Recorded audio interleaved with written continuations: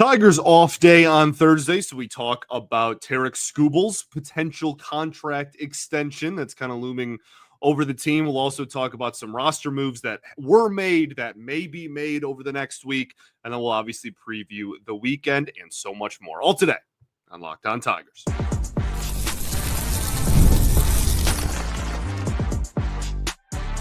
You are Locked On Tigers, your daily Detroit Tigers podcast. Part of the Locked On Podcast Network, your team every day.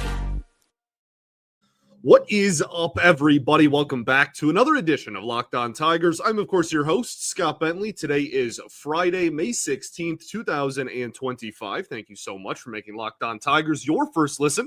Every single day, we are free and available wherever you get your podcasts, including YouTube, part of the Locked On Podcast Network, your team every day. Today's episode is brought to you by Game Time. Download the Game Time app, create an account, and use code LOCKEDONMLB for $20 off of your first purchase.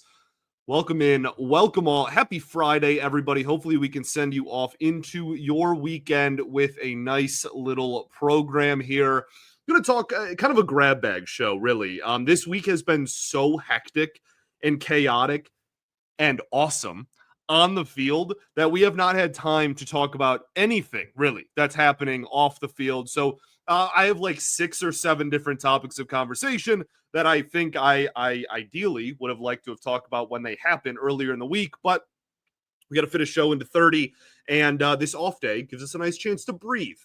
And you know what? Not just breathe as the best team in baseball. How crazy is that? It is May 16th. And going into tonight's ball game, the Tigers, I'm recording this before the Dodgers play the Athletics on Thursday night. They either have sole possession or are tied with the $400 million payroll Dodgers for the best record in all of baseball. Ain't that an absolute beauty? So I want to start with,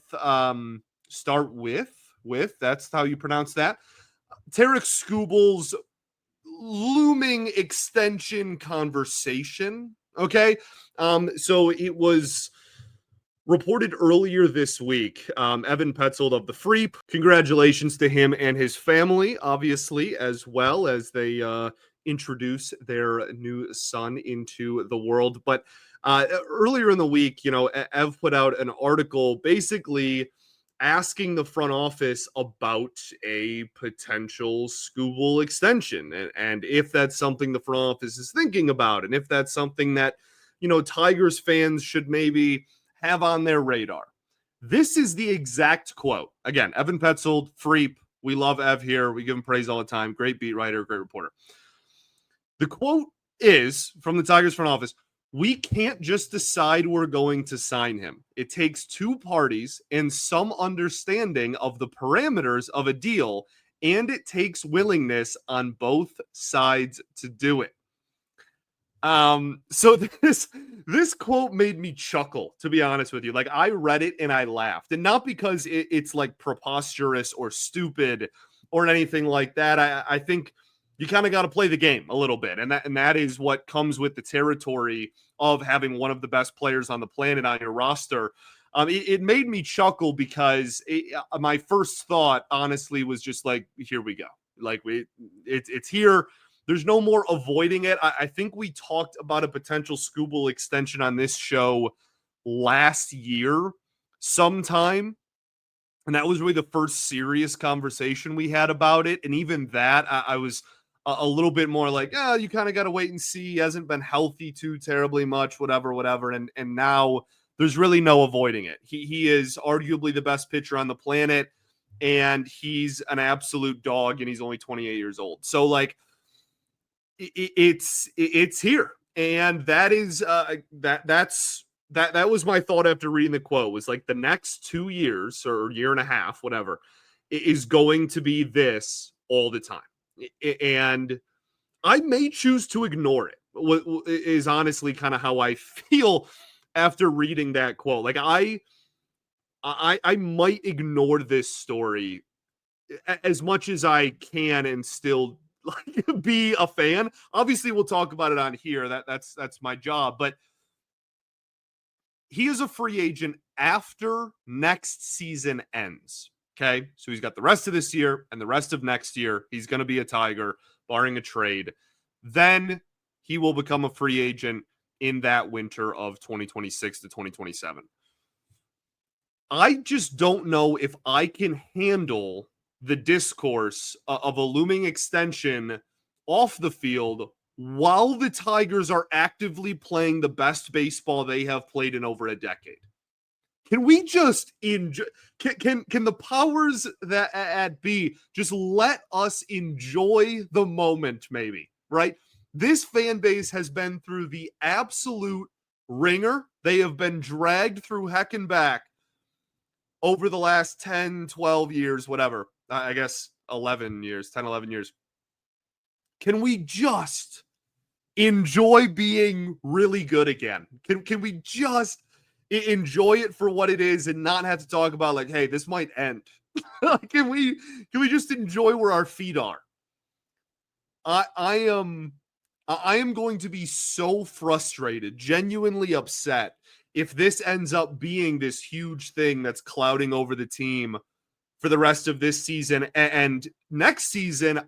It doesn't matter what I want. It's going to happen next year. If he is not under contract going into the start of next season, it's not only going to be one of the biggest talking points in local media, that is going to be a national storyline.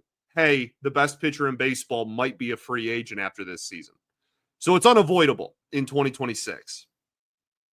So there's a few different things I kind of want to look at when talking about a Skubal extension. One is his agent. I'm not telling you anything that most of you don't already know. Scott Boras, the most famous, infamous, whatever adjective you want to use, the most powerful agent in all of sports.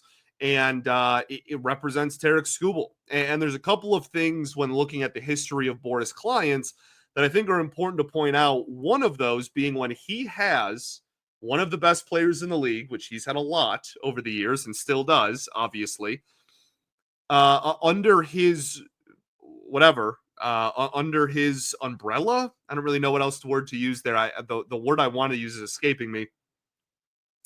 He almost never, okay, it's very rare for him to take a really good player and to sign an extension before at least testing free agency.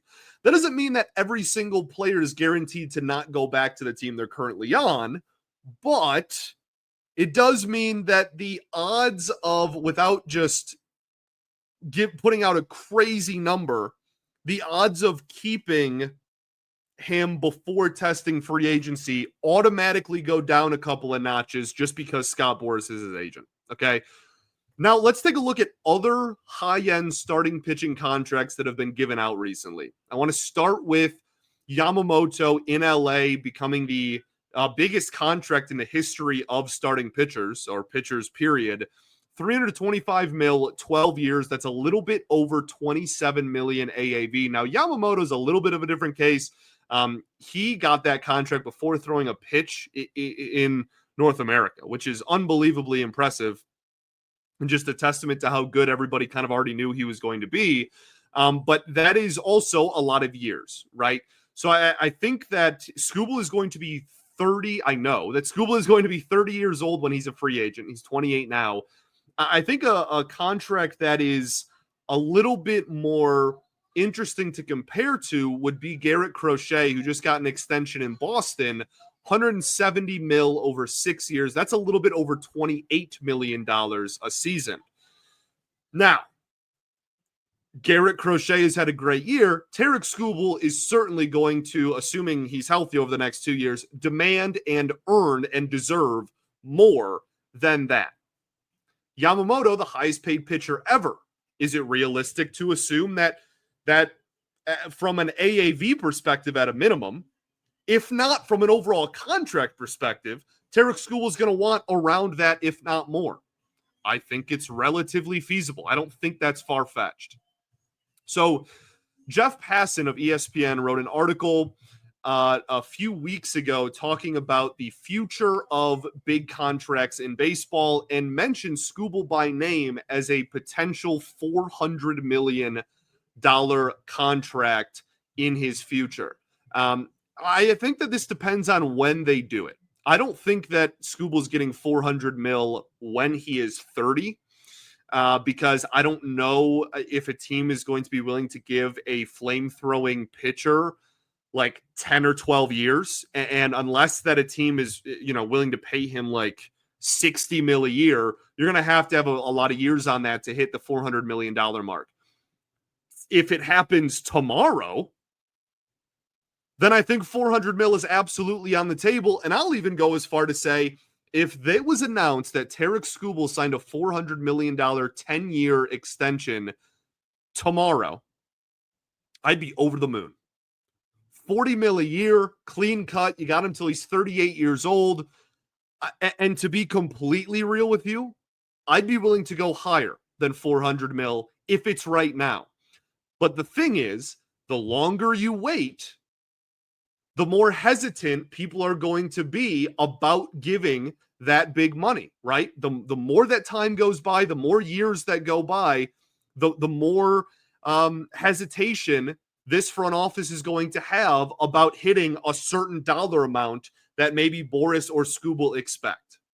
The other interesting thing I want to point out is that the Tigers have made comments in the past about value for pitchers. There's value in the fact that they only play once every 5 days, obviously, but I think on a far greater scale than that, and a far more important conversation than that, is the fact that pitchers get hurt at a crazy clip right now. And I am not sure the Detroit Tigers are an organization with their current front office in place. I could be wrong. I could be totally wrong. Okay. I don't get the impression that they are a team that's going to be willing to spend maybe $400 million on one starting pitcher because of injury risk over the course of a career. Now, that is purely my interpretation of people that I have never met, okay? So, take that with a grain of salt, but that is, from where I sit, that is kind of the thought that I have. Now, well, I'll put a bow on it with this. We're way over time. We got to get to a break here. The last thing I'll say about it today, we will have this conversation, I'm sure, a billion more times the rest of this season. We'll have it this winter. We'll have it a billion times throughout next season when it's his contract year. This is certainly far from the last time that we're going to have this conversation, but the quote came up, and I think it's fair to lay the groundwork. I think we would all be devastated if he left. That's why I think you ought to get a deal done sooner rather than later, because it's going to be more difficult for the two sides to see eye to eye the longer you wait. But if you get to next year at the deadline and you're going, well, we're not going to pay him. If the Tigers are good, there's no conversation. You keep them, you bite the bullet. You're not going to pay him. You're going to lose him for nothing. But you're going to keep one of the best pitchers in baseball while you're making a World Series push. And then maybe you can try to convince him to stay that winter as well before free agency. If the Tigers slip up and start losing at any point in the next 2 years, he's going to get traded. I don't want him to get traded. I don't think he will get traded. I think it's preposterous to insinuate that a Tigers team that is playing this well would ever trade him. That is absurd and will never happen. But if they roll out in 2026 and are, fifth place behind the White Sox in the AL Central halfway through the season, and it's just a disaster of a year, then they'll do it. But under no other situation will they. Okay, way over time. Let's talk about some other stuff, okay? We got some roster moves. We got some injured players that should be coming back here relatively soon. We'll talk about that and more right after this. Got to talk to y'all today about our friends over at Game Time. Have you ever decided at the last minute that you want to head to a ball game with friends and family? Maybe it's a game day and you suddenly realize that you want to be in the stands. That's exactly where Game Time comes in. It's the easiest way to grab last minute tickets without all the stress. With the money you save on tickets, you can splurge on food, drinks, merchandise, or even invite a bigger group of friends to come with you. Game Time makes all that possible. Game Time makes buying tickets fast and simple Prices on the app actually drop the closer you get to first pitch, and they've got incredible last-minute deals, clear seat views, and the lowest price guarantee that takes the worry out of buying. It's my favorite app, legitimately. I live in downtown Detroit, and the amount that my roommate and I use Game Time to go to Pistons games, to go to Red Wings games, to go to Tigers games, that at the last possible second. Hard to do with the Lions because, well, a lot of people are going to Lions games these days, and there's a fewer amount of them. But the amount that an hour before a game starts, we just go, hey, let's pull up Game Time and go, is staggering. Okay, so take the guesswork out of buying tickets with Game Time. Download the Game Time app, create an account, and use code LOCKEDONMLB for $20 off of your first purchase. Terms apply. You get to create an account and redeem code LOCKEDONMLB for $20 off. Download Game Time today. Last minute tickets, lowest price guaranteed. All right, everybody, welcome back here. Segment 2, Locked On Tigers. Appreciate y'all for tuning in. As always, making us your first listen every single day. Shout out to the everydayers that do tune in every day. And we will, of course, be back on Monday recapping this series against the Toronto Blue Jays. Talked about Tarik Skubal, how he's not going to be traded unless the Tigers are terrible, and kind of the current status of his contract situation, which is really no movement. To put a final thought on it, there is no movement. I don't think it's happening anytime soon. And yeah, I really think that it would be in the best interest of the Tigers to do it sooner rather than later. But I don't know. What do I know? Let's talk about some other stuff. Gage Workman back in the Tigers organization. I'm actually really pumped about this. So the White Sox designated him for assignment earlier in the week. He already cleared waivers and is presumably coming back to the Tigers organization now. And the coolest part is the Tigers don't have to adhere to the Rule 5 rules. They can put him back in the minor leagues, and who cares? So that's, I think, awesome. He got a taste of major league pitching. He was a guy that the Tigers lost to the Cubs originally in the Rule 5. They put him on waivers. The White Sox picked him up, and now they've put him on waivers. So he's back. And you know, in spring, he was one of the more exciting, like, spring training storylines in all of baseball. Like, he was the talk of even national baseball media at one point there because he had such a good spring and kind of a good first week of the season with the Cubs, and then just fell off the face of the planet. The face of the planet? Goodness, that's kind of dramatic. I was going to say fell off a cliff, but like, I guess same dramatic effect. This is a guy that took a huge step forward internally with the Tigers last year. I thought he was done. Like, I genuinely thought Gage Workman was like, okay, this guy probably just isn't going to be a professional baseball player too much longer. And then in the middle of last season, just it clicked and he found it and he started raking down in the minor leagues. He's a plus defender all over the infield. Yeah, man, like if now that he's back and he kind of knows what he needs to work on to be able to adjust to major league pitching, I'm kind of really excited about Gage Workman again for the first time since he was drafted in 2020. So out of Arizona State, played with Torkelson, super cool. So yeah, that's just kind of a cool storyline. And something we've talked about a lot on this show lately has been like being like overly reactionary to baseball. This is a pure example on so many levels. One, reactionary to, you know, me saying, okay, well, like, I don't think he's going to be around too much longer, to him being really good. Then the fan base reacting negatively when the Tigers lost him in the Rule 5 and going, oh my goodness, this front office is so stupid. Look, he's so good for the Cubs. He's going to be an all-star. The Tigers got fleeced. Oh my goodness. You know, this is such a stupid front office, whatever. And now he's back because the White Sox didn't want him. Okay, so let's just see how it plays out. All right. Another roster move that was made this week, a couple of days ago now, and we talked about this yesterday. Obviously, Akil Baddoo played yesterday, but Akil Baddoo promoted, Jace Jung demoted. Talked about Baddoo and kind of what he brings yesterday a little bit. He hits righties well. He gives them positional versatility. I want to focus a little bit more on Jace Jung today, though.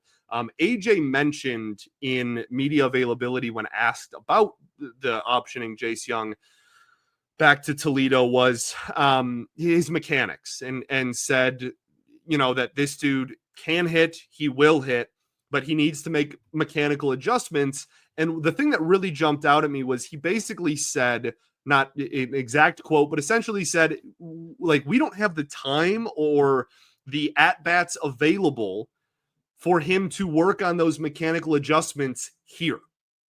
We like Jung. We think he's still going to hit at some point, right? There's still faith in the player, but the Tigers are playing such good competitive baseball right now that every at-bat and every roster spot matters. And they literally are to the point where they cannot afford to have a roster spot be taken up by someone who is using it for development purposes on the offensive side of the ball. And so I think it's really telling where the organization thinks he's at right now to demote him, a lefty, for a lefty, right? That should tell you kind of all you need to know about how close they think he is. I'd imagine he's down in AAA for the foreseeable future. This isn't going to be like a yo-yo thing unless there's an injury. I expect him to be down there for, I don't know. I'd even go as far to say like maybe until the All-Star break, but maybe that's a little aggressive. And part of that also is like room on the roster, right? Hopefully he changes his mechanics a little bit and he can get back to that point. Like he is a former first rounder that has hit at every level he's ever played at. Okay. And he improved a lot defensively. But I think that it is, unless he just starts absolutely raking down there, I wonder where the roster spot is going to come from to bring him back up because Vierling's knocking on the door. And we'll talk about that right after this. Got to talk to y'all today about our friends over at FanDuel. FanDuel is the best in the business. We love our friends over at FanDuel. The NBA playoffs are in full swing, and every night delivers highlight-worthy performances, major momentum shifts, and can't-miss moments. Whether it's a game-winning shot or a breakout player, there's never been a better time to get in on the action. FanDuel makes it easy to stay in the game before tip-off and live with player props, performance trends, and same-game parlays. Fans have more ways to bet than ever before. You can play smart and win big. So head to FanDuel.com. And if you're new to FanDuel, it's the perfect time to sign up because you can head there and place your first $5 bet. If that bet wins, you get $200 in bonus bets. Make every moment more with FanDuel, an official sports betting partner of the NBA. All right, everybody, welcome back here. Third and final segment of Locked On Tigers. Appreciate y'all for tuning in as always. So, talking about Matt Vierling's potential return. So he won't be back this weekend in Toronto. AJ said as much, but he also said that St. Louis, the series next week after this Blue Jay series, that it is possible. Didn't guarantee anything, but said that that was on the table. He'll play all over the field when he is back. I'd imagine that when he comes back, it's just as simple as Baddoo for Vierling. Obviously, he'll play a lot of third base and center field as well. And I've said this a few times, I genuinely am starting to wonder if with how well Javi has played, and it's not the offense, to be honest with you. It is with how solid Javi has been in center field. Like, is he going to get more reps at third base? Because, like, Javi can obviously play third base too, so you can kind of mix and match and do whatever, do your AJ stuff. But, like, I never thought I'd be saying this, and I think at a minimum, even if it's because it won't be permanent, because again, AJ Hinch, but it gives him the flexibility to do some fun stuff with that lineup. And one of the things that really jumps out at me is this. So if there is a left-handed pitcher on the mound, in theory, you could do Vierling in right field, Green obviously in left, but Vierling in right field, Javi in center, Andy Ibanez at third, and just kind of roll with that, right? Like, isn't that wild? Like, and then like, McKinstry, obviously a lefty, is on your bench. I don't know. I think that that's something that we could very feasibly see here when everyone is healthy again. And then when Parker Meadows comes back, you have a whole nother conversation about who makes space for him. I'd imagine it's probably Malloy, but that's a kick the can down the road type of conversation. Maybe I don't think it's Malloy for Vierling. But I mean, I guess if they want the righty lefty thing to stay, that could be someone on the table. I don't know. We'll kind of see how that plays out, but that is looming. And it sounds like it could be as soon as next week. We also learned that Parker Meadows is close to a rehab assignment. I could cry of happiness. I'm trying to take deep breaths. and just take it day by day. Okay. Way overly dramatic, but I am just so excited for him to be back in this lineup and patrolling center field. Other injuries around the organization. Sawyer Gipson-Long continues his rehab process in West Michigan. He had 3 innings of scoreless ball earlier this week. That's fantastic. Do not forget about Sawyer Gipson-Long, man. This is a guy who has a really good changeup. Showed a really promising month when he came up for September call-ups in 2023, and I'm really excited about him being healthy again. And when it comes to the pitching depth that this organization has, he's included into that. Absolutely. Winfield Perez, rehab assignment also could be soon. It honestly, there was a rumor out there that it could even be Thursday night. I'm recording this before the games in the minor leagues on Thursday, but it could even be then. We'll keep an eye on it, hopefully at some point this weekend. The interesting thing about Perez is, and this is something that people got mad at me for saying in spring, and now I almost feel like is kind of back on the table. Is there even a spot for Winfield Perez right now on the Major League roster? Don't get mad, okay? Just genuinely think about it, right? Assuming Vierling replaces who? Baddoo. Goodness, I just completely lost my train of thought. Assuming Vierling replaces Baddoo, then you're kind of just left with the conversation of Perez. Would you rather have Winfield Perez or Justin Henry Malloy? I guess that's a fair conversation to have. So that's kind of a toss-up. And then when Parker Meadows comes back, that's not a conversation. Parker Meadows makes it easily over Winfield and Malloy. But like with how well Javi has been patrolling center field, with just the health of players, obviously, and then honestly, one of the biggest things, the performance of Zach McKinstry. Zach McKinstry is not going anywhere.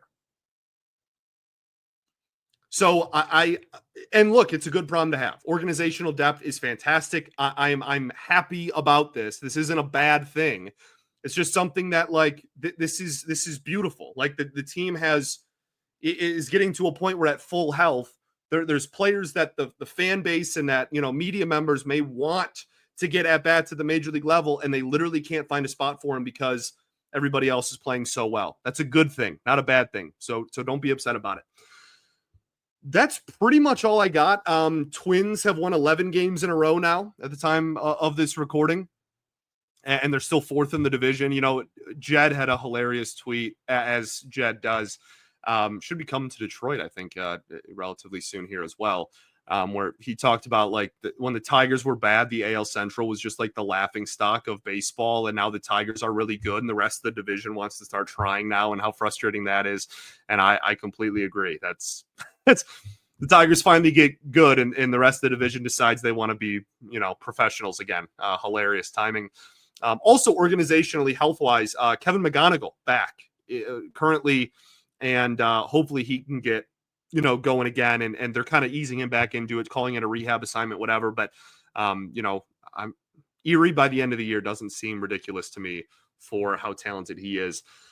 The Toronto Blue Jays this weekend, kind of a fun thing. So the Major League Baseball, this is the inaugural rivalry weekend. It will be marketed as across baseball.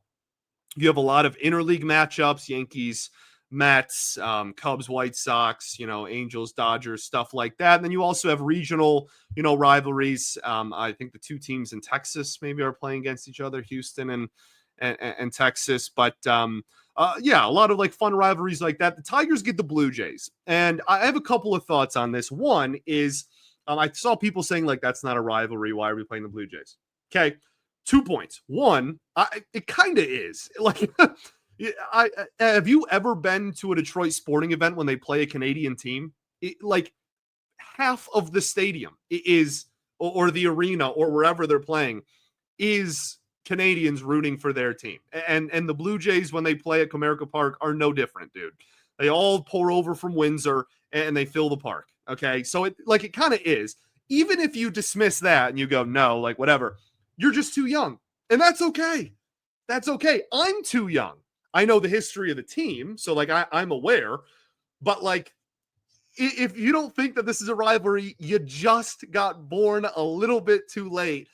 Because if you ask anybody, literally anybody that was around in the mid and late 80s and was a Tigers fan in the mid and late 80s, they will be the first to tell you that it was a heck of a rivalry, a really intense one at one point, and we used to be in the American League East. And so there was a huge rivalry between the Tigers. There was a couple of like last series of the weekend. Winner of this series is maybe gonna have a chance to win the pennant type of thing. 86 and 87 both. Yeah, I mean, yeah, man. Like let me, you can go look it up yourself. There's some pretty intense moments from Tigers Blue Jays games of the 1980s. So yeah, maybe you're just a little bit too young. Again, I was born in the late 90s. I don't remember like high intensity Blue Jays Tigers games live, but I know that they existed, and I I am very hip to the fact that that this was once a pretty big rivalry in this sport. So I have no issue with us playing the Blue Jays. And again, even if the history thing, like whatever, again, they fill our park every time we play. I still kind of think it is. Pitching matchups. Jack Flaherty on Friday night will be kind of an interesting one. He has struggled as of late. The Blue Jays put out Bowden Francis, who has an ERA over 5 this year. TBD for the Blue Jays on Saturday. The Tigers will go Reese Olson. And then on Sunday, you have Jose Barrios against Jackson Jobe.